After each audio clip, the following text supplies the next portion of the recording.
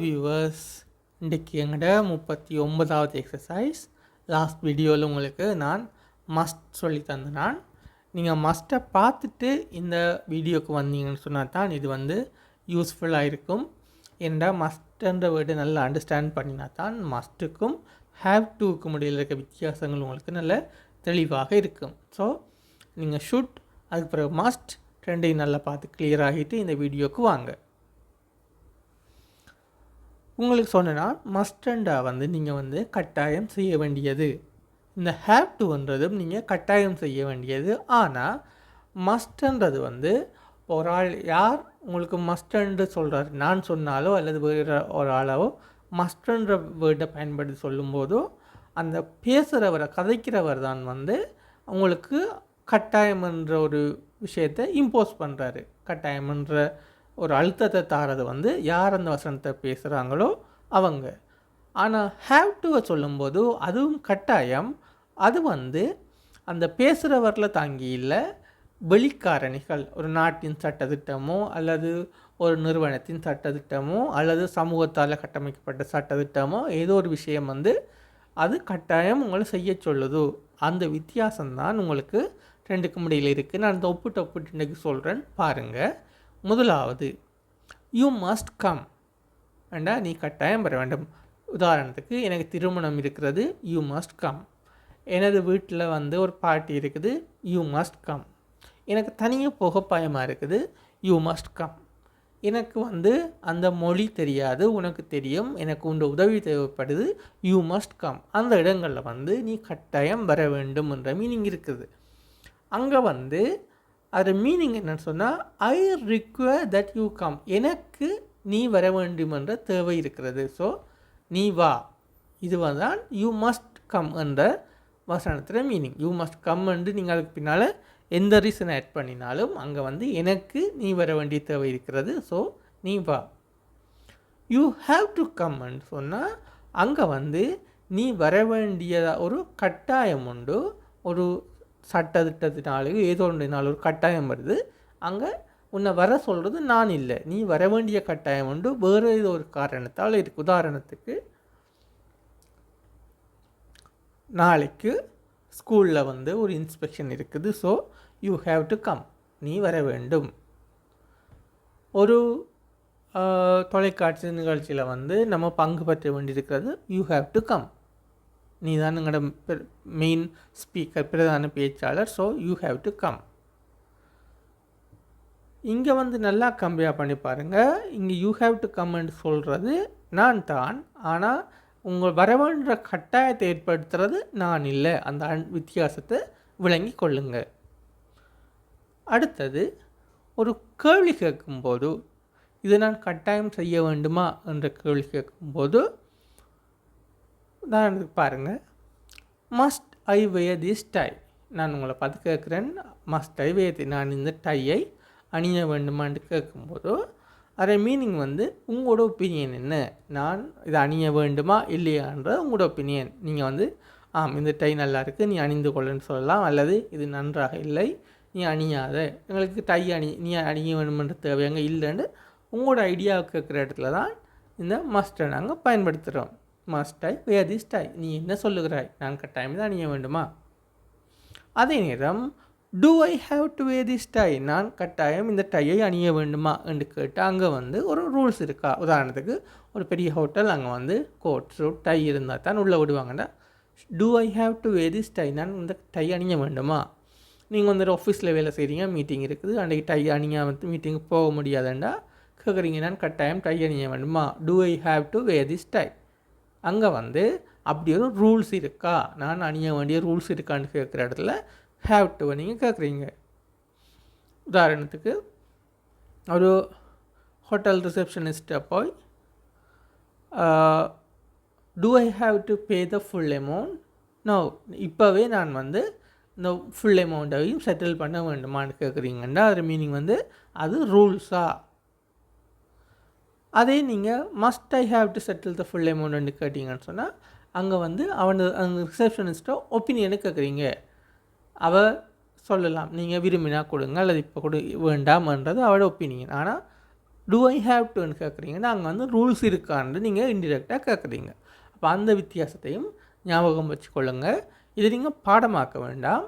எங்கேயாவது வாசிக்கும் போதோ அல்லது உரையாடல்களை கேட்கும்போது, இங்கிலீஷ் ட்ராமாஸ் மூவிஸ் பார்க்கும்போது இது வரும்போது ஞாபகப்படுத்திக்கொள்ளுங்க. ஓ, இது கட்டாயம், இது ரூல்ஸ் கேட்குறாங்க, இது ஒப்பீனியன் கேட்குறாங்கண்டு. அடுத்தது, நீங்கள் கட்டாயம் செய்ய வேணுமென்னு சொல்கிறதுல 2 விதமான ஒப்ளிகேஷன் பிரிக்கிறாங்க.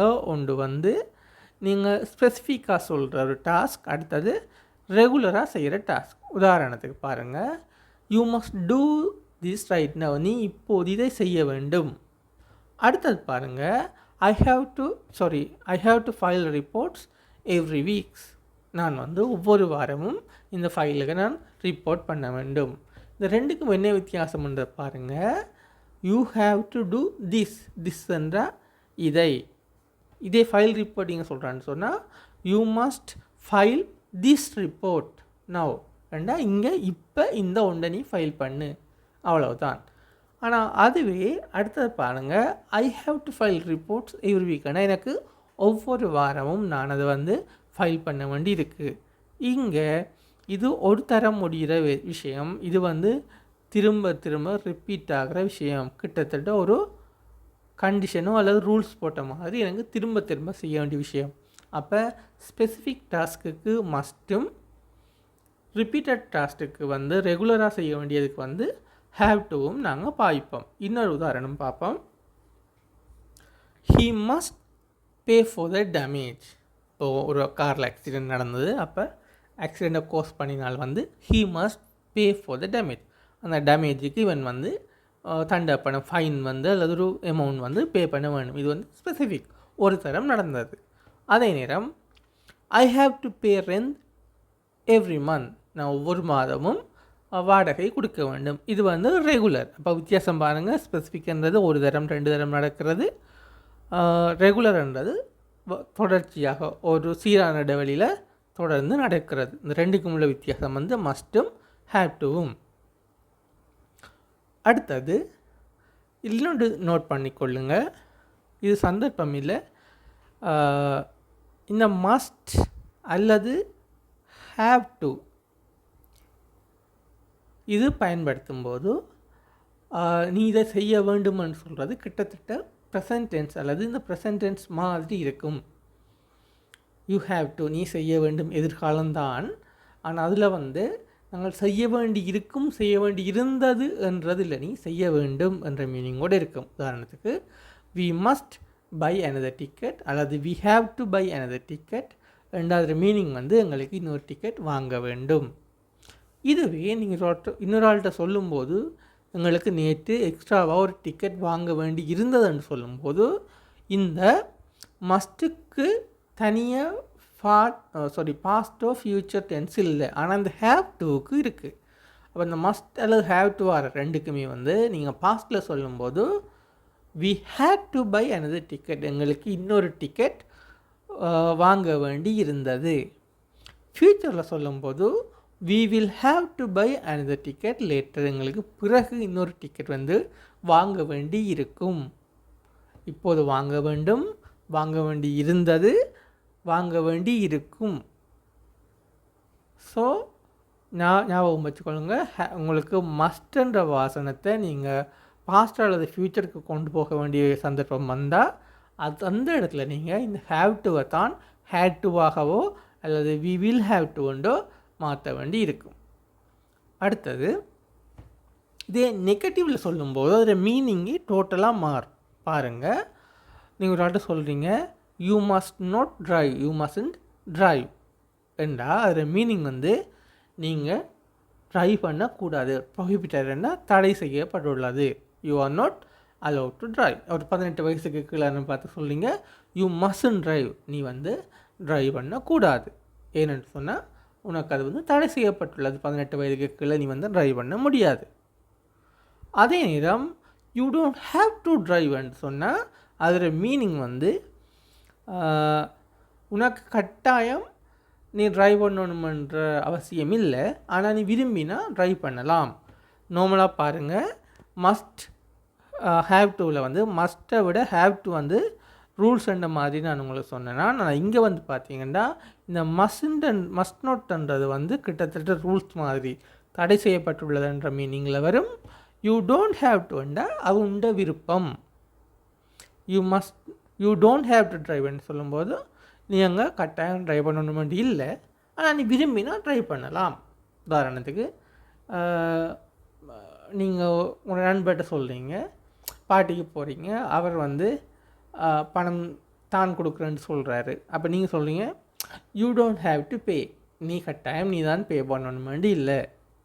அது மீனிங் நீ விரும்பினா பே பண்ணு, ஆனால் நீ தான் பே பண்ணணுமெண்டு இல்லை. அதுவே நீங்கள் யூ மஸ்ட் நாட் பே என்று சொன்னீங்கன்னா நீங்கள் பே பண்ணக்கூடாது, கட்டாயம் பே பண்ணவே கூடாதுன்ற மீனிங் வரும். ஸோ இந்த 2 வித்தியாசமும் உங்களுக்கு விளங்கியிருக்குமென்னு நம்புகிறேன். ஏதாவது டவுட்ஸ் இருந்தால் கமெண்ட்ஸில் போடுங்க. உங்களோட அடுத்த வீடியோவில் சந்திக்கிறேன். அது வரைக்கும் எங்களோட பழைய வீடியோஸ்களை பார்த்து உங்களோட இங்கிலீஷ் நாலேஜை இம்ப்ரூவ் பண்ணி கொள்ளுங்கள். பாய் பாய்.